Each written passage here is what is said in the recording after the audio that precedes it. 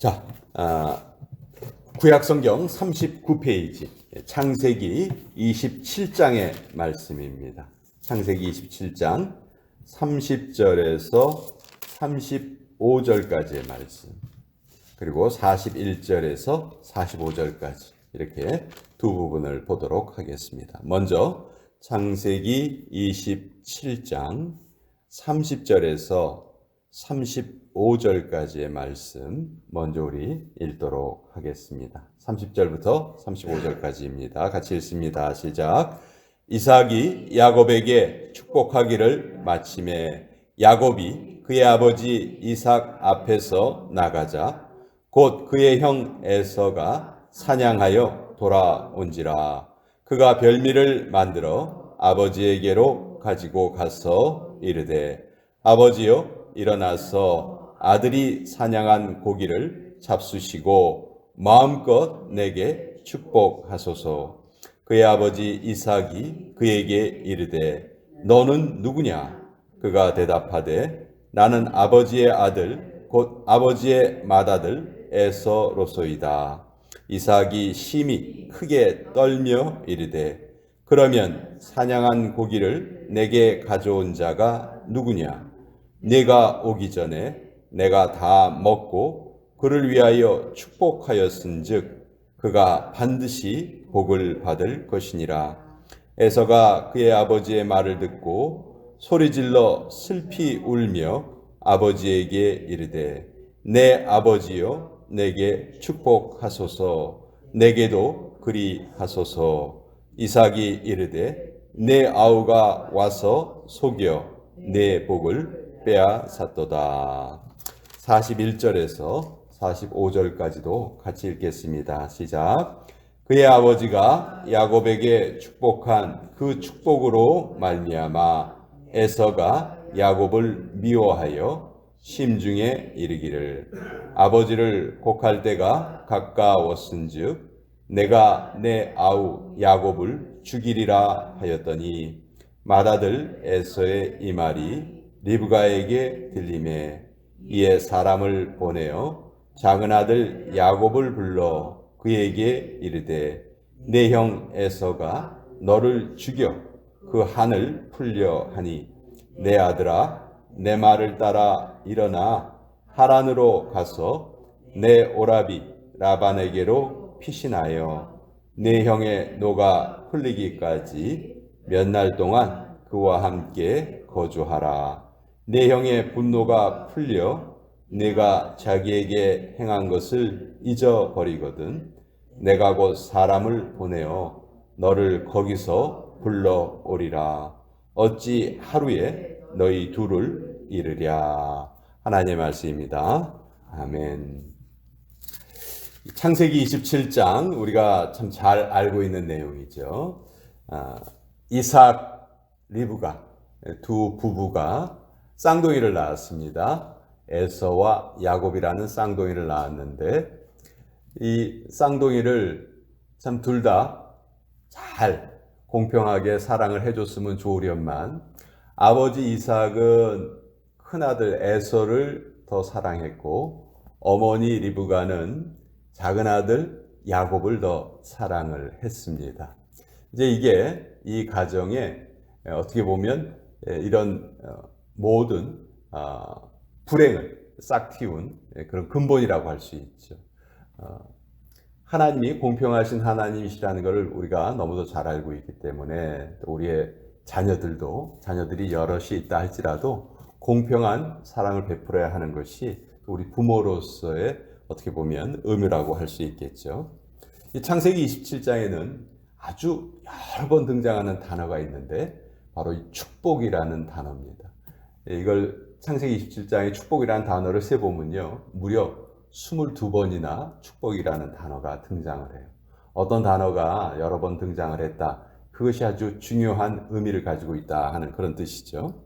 그러니까 창세기 27장의 주제는 한마디로 축복이라고 할 수 있어요. 축복. 자, 그런데 이 하나님이 내려주시는 복은 누구에게 임하는가? 그것이 창세기 27장의 주제라고 할 수 있겠죠. 자, 이삭은 아까도 말씀드렸지만 누구를 복주기 원했습니까? 에서를 복주기 원했어요.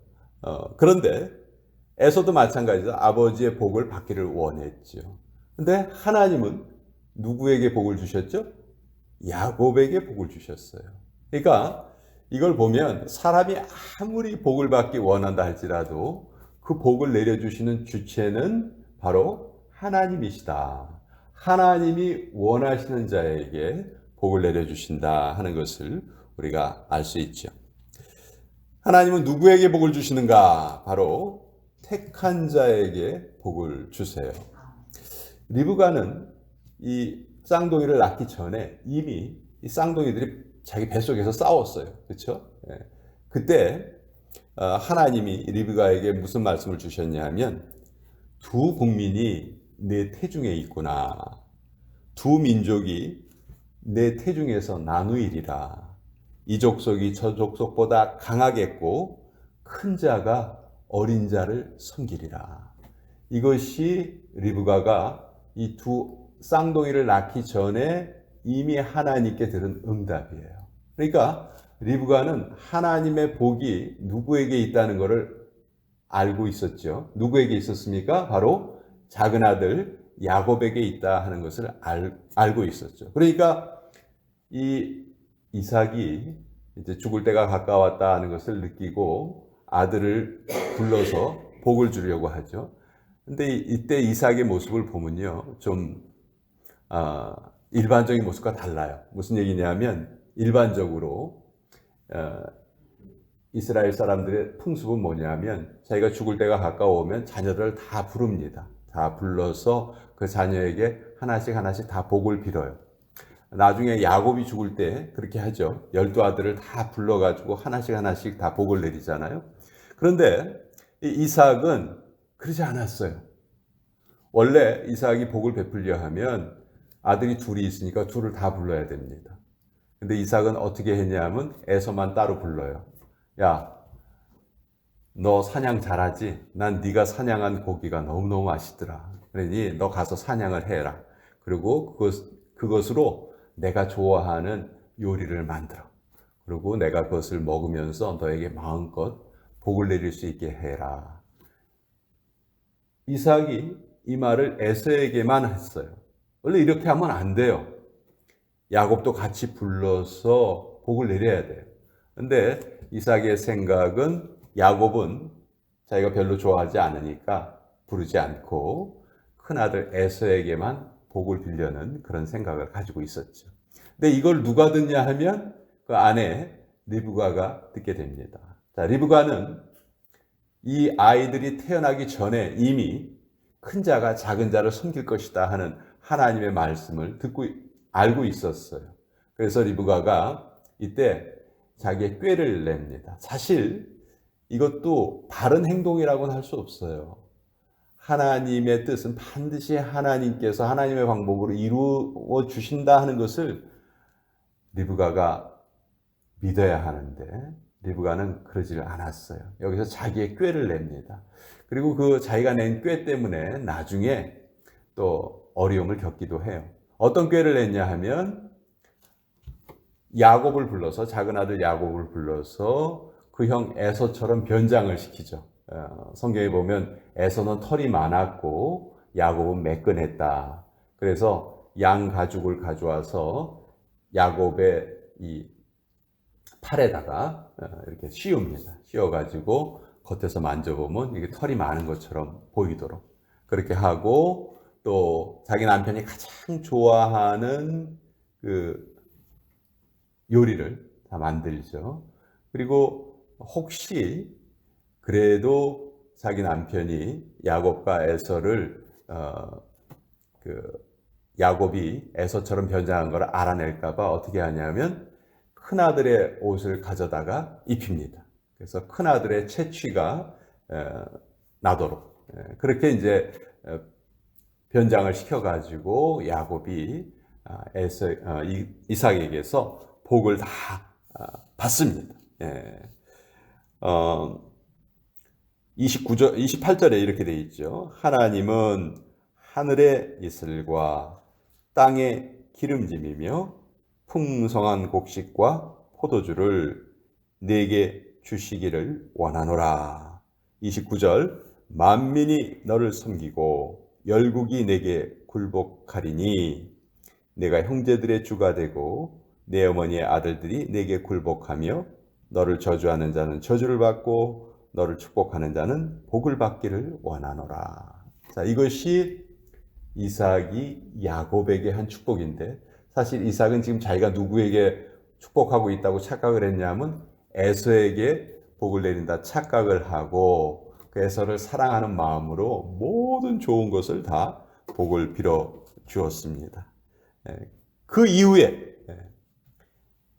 에서가 이제 사냥을 끝내고 돌아와요.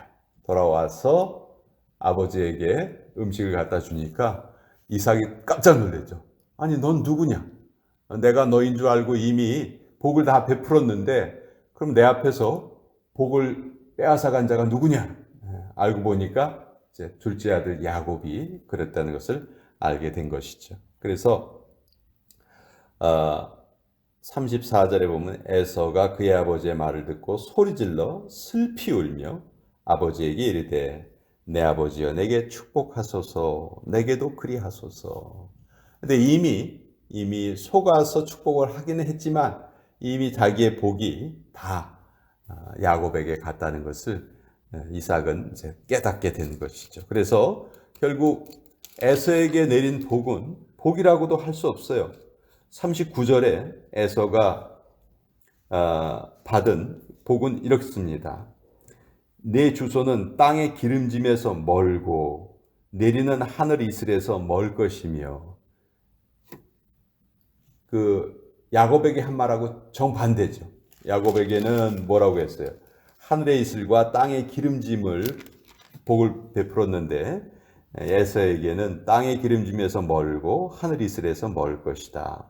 너는 칼을 믿고 생활하겠고 내 아우를 섬길 것이며 내가 매임을 벗을 때에는 그 멍에를 내 목에서 떨쳐버리리라. 결국 너는 동생을 섬기면서 살 것이다. 이런 예언의 말씀을 합니다. 자, 이 말을 들은 이제 에서는 이를 바드득 합니다. 이제 내가 도저히 그냥 넘어갈 수 없겠다. 사실 이 장자에게 주어진 이 장자에 대한 축복권은 이스라엘 사람들이 아주 중요하게 생각했던 거거든요. 그래서 아버지가 돌아가시면 내가 야곱을 그냥 놔두지 않겠다. 야곱을 죽여버리겠다. 자기 동생을 죽이겠다고 말을 합니다. 자, 이때 또 리브가가 나서죠. 이 말을 듣고 리브가가 자기가 사랑하는 아들 야곱을 자기 오라버니 집으로 피신을 시킵니다. 자, 지금 이삭의 가족은 가나안 땅에 살고 있어요. 근데 원래 리브가가 어디에 살고 있었냐면 하란 땅에 살고 있다가 이제 가나안 땅으로 오게 된 것이죠. 그 가나안 땅에서 하란까지는 무척 먼 거리입니다. 한 800km 정도 떨어져 있다고 하는데 이제 일단 네 형이 너를 죽이려고 하니까 너 그곳에 잠시 좀 피해 있어라. 자, 리브가는 어떻게 생각을 했냐면요. 44절에 보면 내 형의 노가 풀리기까지 몇 날 동안 그와 함께 거주하라. 며칠만 몸 좀 피해 있어라. 며칠만. 그러면 다시 내가 너를 불러올 테니까 잠시 동안만 몸을 피해 있어라. 근데 이 몇 날이 얼마가 됐습니까? 20년이라는 시간이 되고 말았죠. 결국 리브가는 하나님의 뜻이 이루어지는 것을 자기의 꾀로 이루려 했기 때문에 결국 여기에서 어떻게 보면 벌을 받았다고 할 수 있겠죠. 자기가 가장 사랑하는 아들 야곱을 보지 못하는 기간이 20년이 넘게 지속이 됩니다. 그러니까 에서는 에서대로 어머니가 고마웠을까요? 미웠을까요? 에서도 나중에 다 사정을 알았겠죠. 이 모든 일을 꾸민 사람이 자기 어머니라는 것을 알았겠죠. 그러니까 에서와 리브가의 사이도 결코 좋아질 수 없었겠죠. 또 자기가 사랑하던 야곱은 몸을 피해서 하란 땅으로 가서 거기서 결국 20년을 살게 됩니다. 결국 리브가는 두 아들을 다 잃어버리는 꼴이 되고 말았어요. 왜 이렇게 됐을까? 하나님의 뜻이 하나님의 방법으로 이루어지는 것을 기다려야 하는데 그것을 기다리지 않고 자기의 꾀를 거기에 섞어 넣었기 때문에 리브가 역시 이런 벌을 받았다. 저는 그렇게 생각을 합니다. 그래서 나중에 성경 기록에 보면 야곱이 그 리브가의 유모 드보라가 죽었을 때 그 유모를 장사 지냈다는 그 기록이 있어요. 리브가의 유모 드보라가 죽음에 그를 베델 아래 상수리 나무 밑에 장사하고 그 나무 이름을 알론 바굿이라 불렀더라. 그러니까 자기를 키워준 유모가 죽었을 때 그 유모를 위해서 장사를 지내고 또 그 나무의 이름까지 지어줍니다. 그런데 성경에 보면 그 어디에도 리브가가 죽었다는 기록이 없어요. 리브가의 몸종인 유모가 죽었다는 기록도 있는데 이 이삭의 아내인 리브가는 어디에서 죽었다는 기록이 없습니다. 그러니까 이제 이런 것도 성경이 리브가의 죽음에 대해서는 별로 중요하게 생각하지 않는다 하는 것을 또 우리가 알게 되는 것이죠. 자, 이삭은 이때가 나이가 137세 때입니다. 이삭은 몇 살까지 사냐 하면 180세까지 살아요. 그러니까 이 사건이 있은 후에 43년을 더 삽니다. 그러니까 자기가 죽을 거라고 예상을 한 시기보다도 훨씬 더 오랫동안 살기는 하는데 성경은 그 43년의 시간에 대해서는 전혀 기록하고 있지 않아요. 어떤 면에서 보면 이삭은 그 이전까지는 참 어떤 복된 삶을 살아왔어요.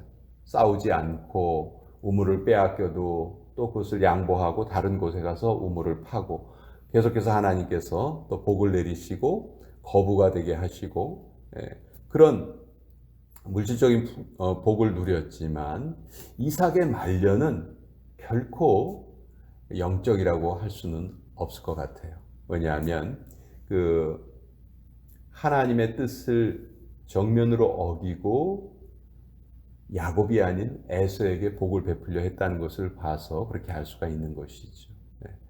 분명히 리브가가 나에게 두 아들을 하나님께서 주셨는데 큰 아들이 작은 아들을 섬기리라고 하나님께서 말씀하셨습니다. 이 말을 이삭에게 안 했을 리가 없습니다.